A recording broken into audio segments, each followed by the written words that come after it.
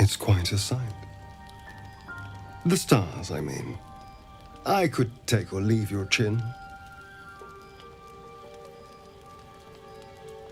No. Just thinking. Reflecting on what tomorrow might bring. When we arrive at this Gith crash, will we find out how to bring the worm under control? Will this little adventure of ours be over?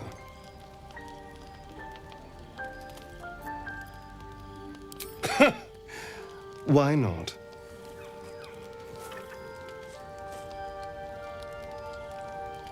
You've been to the Hells and back, survived the crash, survived everything that's followed. I'm not easily impressed by people, but you're stronger than I gave you credit for.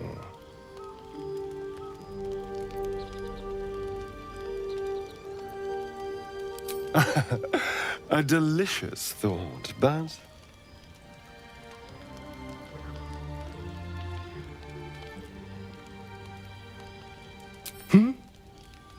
Yes, of course.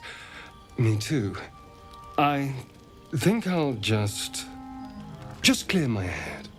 I'll see you later, I'm sure. Sleep tight.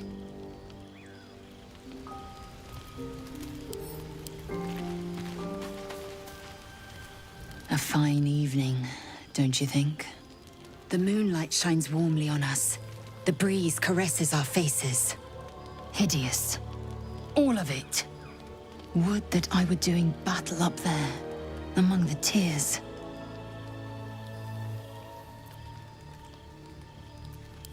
Look above. Watch the moon cross the sky.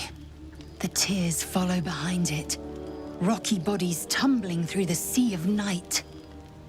One of them is my creche. Kalir.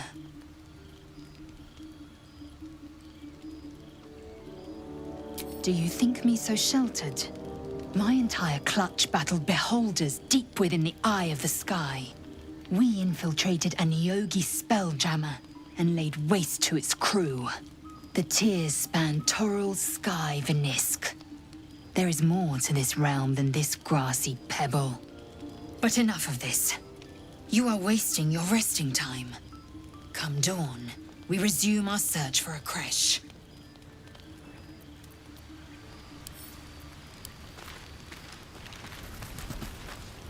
Tingle runs through your head and down to your feet. Ah, there it is. That shiver. Our little brainworms have made fast friends, it would seem. How do you feel?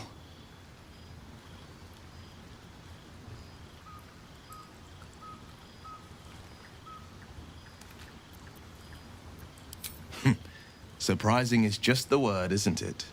Before the Illithid's unscheduled surgery, I'd felled hundreds of beasts and a fair few fiends. The tadpoles weakened me, suppressed greater talents, but beyond that, I've showed no signs of turning. No nausea, no pain, not even a hot flash. Indeed, perhaps the worm's vat was poisoned.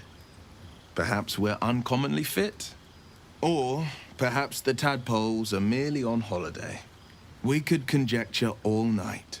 I suppose the why doesn't matter so much as the what next. And that answer is plain as the horns on a war devil's head. We get these things out. Let's get some rest.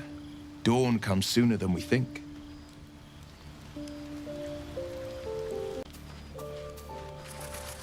The leader of the pack comes to chat.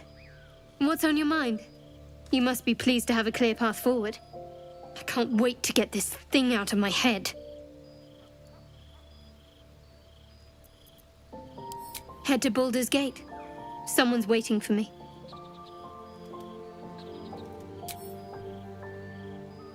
The same. These parasites are proving suspiciously benign.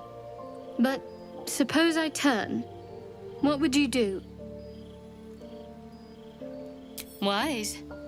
Though, I hope you'd miss me after I'm gone. I think I would if the positions were reversed. But you're right. If we're to make it through all this, there can be no room for hesitation. You're doing well. It's a beautiful night. I think I'll stay up to enjoy it while I still can. Rest well. Ah, my good friend. You were at the gates just now, no? When the goblins came? You saw them up close? A few questions, if you please. There's no overstating my interest. Glory.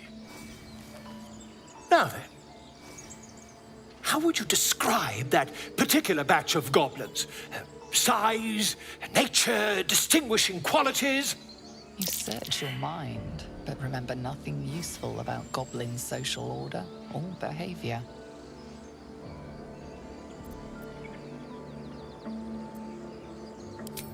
Ye gods! Can it be? How terribly compelling. And the dragon they had marching in the rear, was it of the brass or silver variety?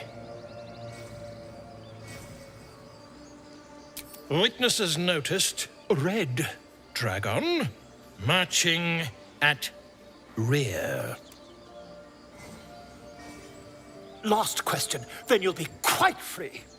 Did the attackers rally to the absolute when they fell upon the gates? They did, didn't they? Oh, curious. Oh, curious indeed. I've interrogated one, a captive in this very camp. She reports they've abandoned their god Maglabiat in favor of someone called the Absolute. The scandal! Never you mind. I'm on my way to their camp as we speak. I always knew my studies in Gukleak would come to some use.